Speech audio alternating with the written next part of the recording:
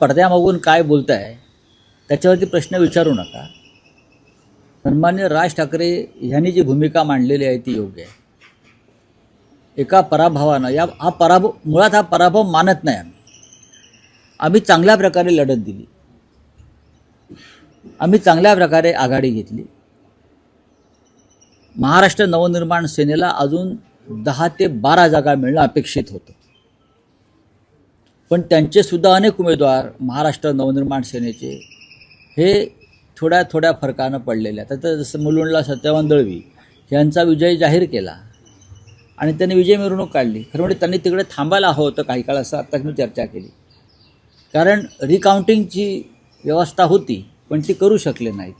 त्यानंतर या भांडुपलाच पश्चिमेला मोहन चिरात म्हणून एक उमेदवार आहेत, ते सुद्धा अल्पशा मतानं पडलेले आहेत.